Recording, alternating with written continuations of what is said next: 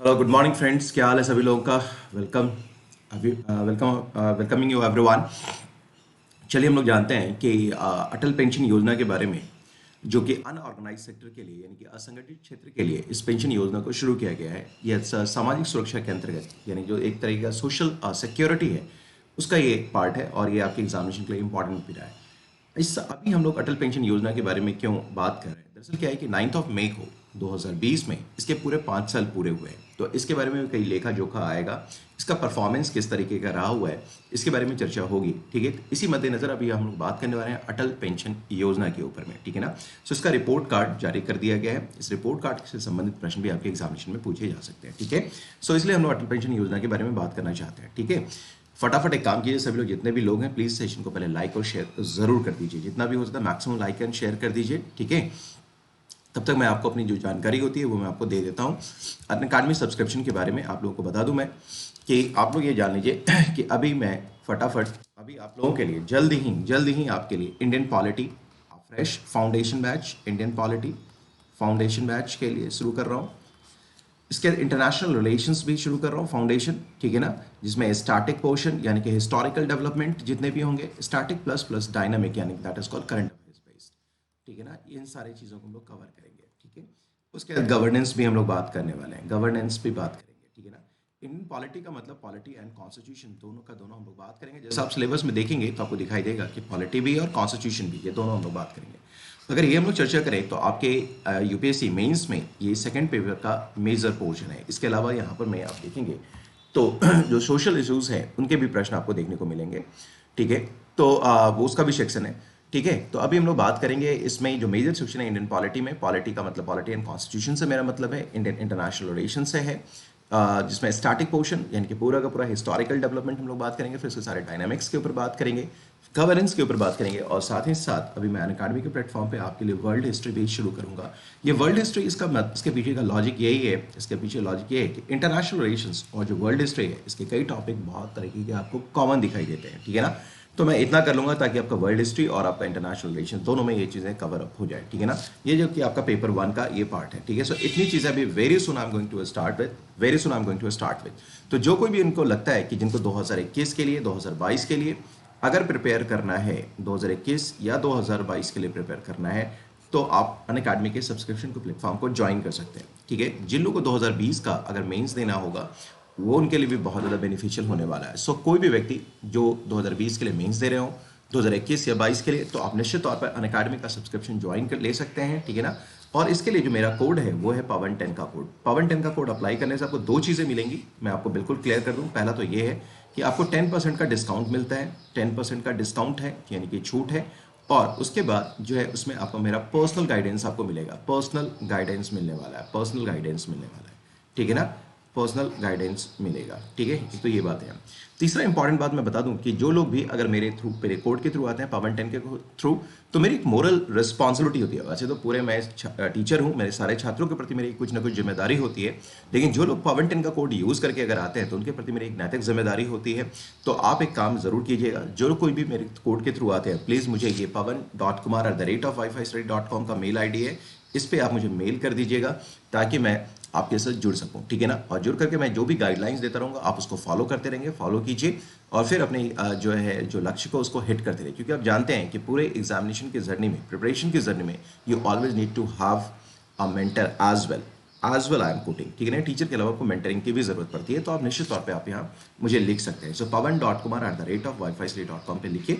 Unacademy के subscription से regarding कोई भी अगर इशू है तो आप क्या कर सकते हैं, इस पे लिख सकते हैं pawan.kumar@wifi.study.com। ठीक है ना, I will guide you, I will mentor you, I will let you know कि क्या क्या चीज़ें और कैसे कैसे ये सारी चीज़ें करनी है। ठीक है, सो चलिए आ जाइए, हम लोग बता दें आपको, मैं फटाफट बता दूं कि अभी जो 2 साल का कोर्स है ना, जो अनअकैडमी पे ये है 48,000 का, जो 1 साल का है वो है 40,000 का। ठीक है ना, और इन सबों के लिए जो कोड आपको अप्लाई करना है, दिस इज कॉल्ड पवन 10 का कोड, आप लोग अप्लाई कर सकते हैं। पवन 10 का कोड अप्लाई करने से आपका ये 10% का डिस्काउंट मिलेगा।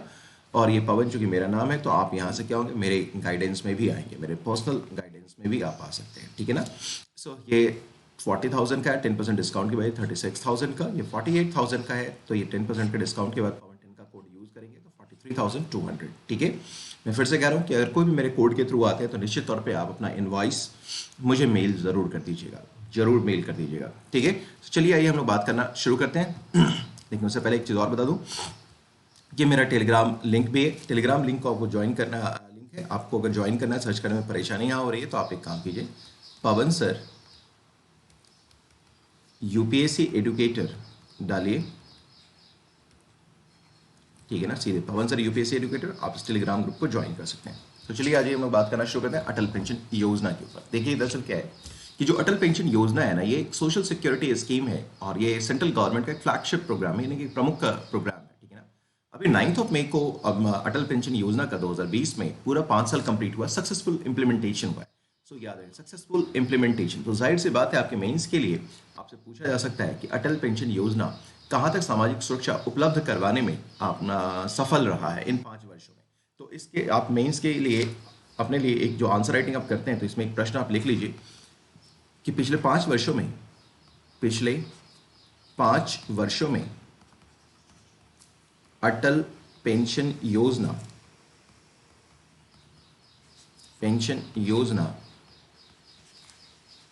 सामाजिक सुरक्षा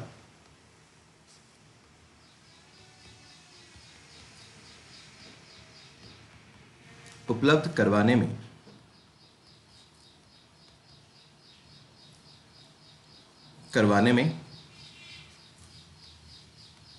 कहां तक सफल हुआ है, चर्चा करें। Discuss how for Atal pension Yojana become successful to ensure social security.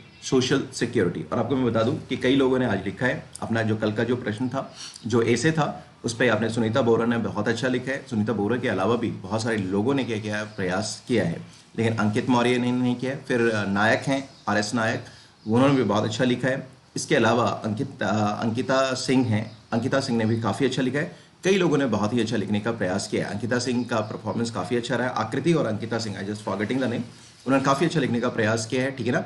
और आप अभी और भी उसमें सुधार की गुंजाइश है, लेकिन अभी अब तक आपने काफ़ी अच्छा उसमें लिखा है, ठीक है ना। सो आप सभी लोगों को मेरी तरफ से, ठीक है, शुभकामनाएं, ठीक है। आप लोग ऐसे लिखते रहिए, ठीक है। और ये आज का प्रश्न आपके लिए कि पिछले 5 वर्षों में पिछले 5 वर्षों में अटल पेंशन योजना सामाजिक सुरक्षा उपलब्ध कराने में कहाँ तक सफल हुआ है, चर्चा करें, ठीक है ना। सो इसका जो कीवर्ड है वो सामाजिक सुरक्षा और अटल पेंशन योजना, इसको ध्यान में रखेंगे। लेकिन सामाजिक सुरक्षा का मतलब केवल अटल पेंशन योजना नहीं होता है। आप इस बात को ध्यान में रखते हुए इस प्रश्न को लिखने की कोशिश करेंगे, ठीक है। चलिए आ जाइए, अब आइए हम लोग बात करें अब इसके बारे में थोड़ी सी जो जानकारी है उन चीज़ों को भी समझ लेते हैं। देखिए दरअसल क्या है कि जो अटल पेंशन योजना है, इसको 2015 में 9 मई को लॉन्च किया गया था, ठीक है ना। इसका उद्देश्य क्या था, ऑब्जेक्टिव क्या था कि जो ओल्ड एज इनकम सिक्योरिटी है ना, ठीक है ना, ओल्ड एज सिक्योरिटी, यानी कि जब आप बूढ़े हो जाते हैं उस समय आपके पास आय की सुरक्षा होनी जरूरी है, ठीक है ना, पर्टिकुलर टू द वर्कर्स, ठीक है ना, खास करके उनके लिए जो कि श्रमिक हैं और जो कहाँ हैं, असंगठित क्षेत्र में कार्य कर रहे हैं, अनऑर्गेनाइज सेक्टर में काम कर रहे हैं।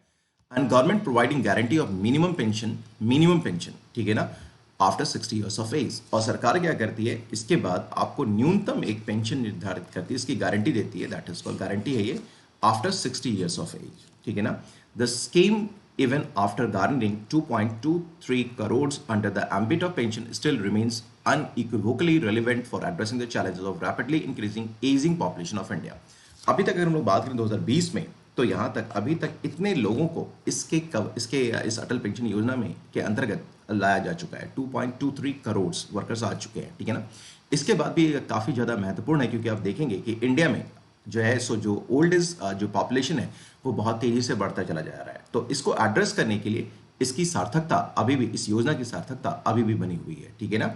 सो addressing the challenges of rapidly increasing ageing population of India, ठीक है, हिंदी में भी आप देख रहे होंगे, यहाँ पर आपको दिख रहा होगा। तो भारत की तेजी से बढ़ती हुई जनसंख्या की, बल्कि बढ़ती हुई बूढ़ी जनसंख्या की चुनौतियों के लिए, बूढ़ी जनसंख्या की चुनौतियों के समाधान के लिए इसको अभी भी क्या है, ये अप्रासंगिक है, ये प्रासंगिक है, ठीक है। चलिए आ जाइए। Apart from remarkable enrollments, the scheme has been implemented comprehensively across the country, ठीक है ना, all states and union territories with male to female subscription ratio 57:43। इसका मतलब ये है कि ये पूरे कंट्री में जितने भी राज्य हैं और सारे यूनियन टेरिटरी में ये कवर किया जाता है। दूसरा क्या है, इसका मेल और फीमेल सभी लोग कवर किए जा रहे हैं। और मेल और जो फीमेल है जिन्होंने इसका सब्सक्रिप्शन रेशियो है इनका, अगर हम देखें अटल पेंशन योजना को लेकर के, तो मेल 57 और फीमेल जो है 43, यानी कि it is the ratio of 57:43 का है। इसका मतलब ये हो गया पुरुष और महिला की सदस्यता अनुपात जो है यहाँ पर, पुरुष और महिला की सदस्यता अनुपात वो कितना है 57.43। तो ये किसी भी एग्जामिनेशन के लिए, ये आपके लिए पीटी का प्रश्न हो सकता है, ठीक है ना, ये आपके लिए स्टेट पीसीएस वगैरह में काफ़ी ज़्यादा महत्वपूर्ण हो सकता है, ठीक है। चलिए आ जाइए, चाहे आप देख लें बीपीएससी देख लें, आप यूपी पीसीएस देख लें, किसी भी एग्जामिनेशन के लिए ये तथ्य आपके लिए बहुत काम के होंगे। अब जाइए हम लोग बात करते हैं कि अटल पेंशन योजना का नियामक क्या है, उसको एडमिनिस्ट्रेशन कौन करता है। तो हमारे पास एक फंड है, that is called pension fund regulatory development authority. ये फंड अथॉरिटी है, पीएफआरडीए, यही एडमिनिस्टर करता है अटल पेंशन योजना को, ठीक है। अब इसमें क्या है कि अटल पेंशन योजना को सब्सक्राइब करने के लिए कोई भी भारतीय एलिजिबल हो सकता है, ठीक है ना, in age group of 8 to 40 years, ठीक है ना, हैविंग, लेकिन इसके लिए आपके पास क्या होना चाहिए, एक बैंक अकाउंट का होना जरूरी है। And it's uniqueness is attributed in 3 distinctive benefits, उसके 3 डिस्टिंक्टिव बेनिफिट्स भी हैं। लेकिन यहाँ एक चीज़ मैं और भी ऐड कर दूं कि इंडियन सिटीजन तो होना ही चाहिए, 18 से लेकर के 40 ईयर्स एज भी होना चाहिए, आपके पास बैंक अकाउंट भी होना चाहिए, साथ ही साथ आप इनकम टैक्स स्लैब में ना आते हो, इनकम टैक्स स्लैब में ना आते हो, ये भी ज़रूरी है, ना आते हो, ठीक है, ना आते हो, ठीक है, ये भी एक इंपॉर्टेंट फैक्टर है, ठीक है। अब इसके 3 डिस्टिंक्टिव बेनिफिट्स क्या क्या है, इसके बारे में थोड़ा सा हम लोग चर्चा करें। पहले सबसे बड़ी बात ये है जो आपको ध्यान में रखना है कि इट प्रोवाइड्स मिनिमम गारंटेड, ये प्रोवाइड क्या करता है, मिनिमम गारंटेड पेंशन प्रोवाइड करता है, ठीक है ना, जो आपका मिनिमम होता है 1000, मैक्सिमम होता है 5000, ठीक है। और ये आप करेंगे आप अटेन करेंगे after the age of 60 years. तो इसका जो लिमिट है वो है 1000 से लेकर 5000 पर मंथ का after the age of 60 years. दूसरा इंपॉर्टेंट फैक्टर ये है कि amount of the pension is guaranteed for life time, ये आप जब तक आप जीवित हैं, चाहे आप 90 साल तक जीवित हों, 100 साल तक जीवित हों, ये पेंशन आपको मिलता रहेगा। अगर आप जो है सो आपका डेथ अगर हो जाता है तो आपके स्पाउस को मिलता रहेगा, to spouse on death of the subscriber, ठीक है। And lastly in the event of death of both the subscribers, ये आपके बच्चों को भी entire pension is paid to the nominee, जो आपका नॉमिनी होगा उसको ये मिलेगा, ठीक है ना। सो अगर आप स्पाउस का भी डेथ हो गया तो आपके बच्चों को मिलेगा जो डिपेंडेंट है, ठीक है। ये आप देख पा रहे होंगे, ये 5 ईयर का रिपोर्ट कार्ड है अटल पेंशन योजना का, ठीक है ना। इसमें देखेंगे कि जो सबसे ज़्यादा सब्सक्राइबर है ये उत्तर प्रदेश के पास है, सबसे ज़्यादा उत्तर प्रदेश के पास है, ठीक है। ये थोड़ा सा ब्लर हो गया, इसलिए थोड़ा दिखाना थोड़ा मुश्किल है। आप देखेंगे अटल पेंशन योजना, इसको गवर्नमेंट साइट से जाकर देख लीजिए, ये डेटाज आपके लिए इंपॉर्टेंट है, यहाँ जो है ये देख लेंगे, और ये भी जो है पाई चार्ट, ये भी आपके लिए बहुत ज़्यादा इंपॉर्टेंट है, ठीक है। और ये भी डेटा देख लीजिएगा क्योंकि ये थोड़ा सा ब्लर आ गया, अदरवाइज मैं थोड़ा इसके ऊपर डिस्कस करता। चलिए अब आइए हम लोग बात कर लें जो इसकी नियामक संस्था है उसके बारे में बात कर लेते हैं कि जो पीएफआरडीए है वो क्या है। Pension fund regulatory and development authority is the statutory authority है। स्टैट्यूटरी का मतलब हो गया सांविधिक प्राधिकरण है, ये स्टैट्यूटरी अथॉरिटी है जिसको स्टैब्लिश किया गया है पार्लियामेंट्री एक्ट के द्वारा, पार्लियामेंट के द्वारा, to regulate, promote and ensure orderly growth of the national pension scheme and pension scheme to which this act applies, ठीक है ना। सो नेशनल पेंशन स्कीम के अंतर्गत इसको स्टार्ट किया गया है, ठीक है। चलिए आ जाइए, अब जो नेशनल पेंशन स्कीम है इसको इनिशियली नोटिफाई किया गया था सेंट्रल गवर्नमेंट के द्वारा, इनका central government employees recruit with reference of 1 जनवरी 2004।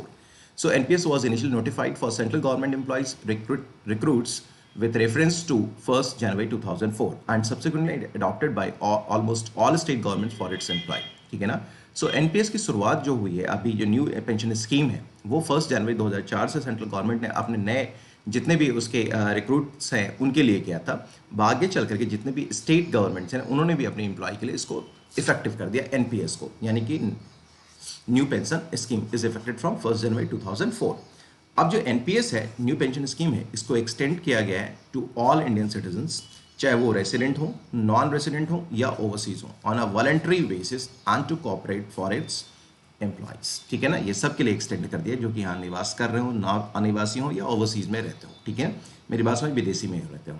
अब हम लोग बात करें कि 30 अप्रैल 2020 तक जितने जो total number of subscribers under NPS and Atal pension योजना थे वो 3.46 करोड़ से ज़्यादा हो चुके हैं, ठीक है ना। ये दोनों को मिला दें अगर, न्यू पेंशन स्कीम और अटल पेंशन योजना को, जो कि केवल अनऑर्गेनाइज सेक्टर के लिए अटल पेंशन योजना और एनपीएस, इन दोनों को मिला करके जो बेनिफिशियरीज हैं वो 3.46 करोड़ से ऊपर हो चुके हैं, ठीक है ना। And the asset under the management has grown up to 10 crore, यानी कि ये 4,33,555 करोड़ का हो चुका है, ठीक है ना। अब more than 68 lakhs government employees have been enrolled under NPS, ठीक है ना। 68 लाख से ज़्यादा एम्प्लॉय जो है वो न्यू पेंशन स्कीम के अंतर्गत रजिस्टर्ड हो चुके हैं, इनरोल हो चुके हैं। 22.60 lakh subscribers have subscribe to NPS, ठीक है ना, इन द प्राइवेट सेक्टर, ठीक है ना। और 22.60 लाख जो है वो प्राइवेट सेक्टर में एनपीएस के अंतर्गत कवर हो चुके हैं, with 7,616 entities registered as corporates, ठीक है। सो ये कुछ डेटाज हैं जिसको कि आपको ध्यान में रखना होगा, ठीक है।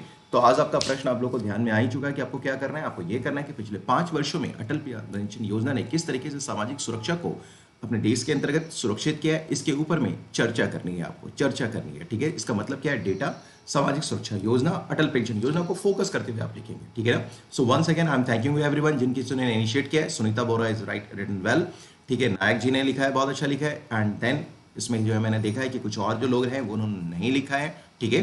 तो आकृति सिंह ने भी अच्छा लिखा है। So there is a couple of more, लेकिन बहुत सारे लोगों ने नहीं लिखा है, मुश्किल से 5-6 लोगों ने लिखा है, मैंने देखा है।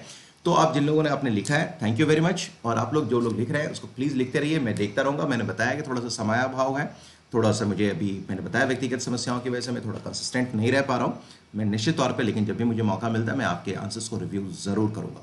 चलिए मिलते हैं शाम के 4 बजे, टिल देन बाय बाय। लेकिन एक चीज़ ध्यान रखिएगा, शाम के 4 बजे अगर क्लास ना हो, ठीक है, ना दिख रहा हो तो आप देखिएगा कहीं रात में शिफ्ट तो ना हो गया हो, लेकिन क्लासेस होंगी आपकी, निश्चित तौर पे होंगी, इस बात के लिए आप एश्योर्ड रहें, ठीक है। बस मेरी वो निजी व्यस्तता हूँ कि वैसे मैं थोड़ा सा क्लास अभी अपने टाइम पे नहीं ले पा रहा हूँ, इसके लिए मैंने बोल रखा है कि I feel very sorry for that, ठीक है। चलिए, सो आज का क्लास रखते हैं, अभी इस क्लास को एंड करते हैं। So thank you very much, enjoy your day with lots of love and blessings. Thank you very much.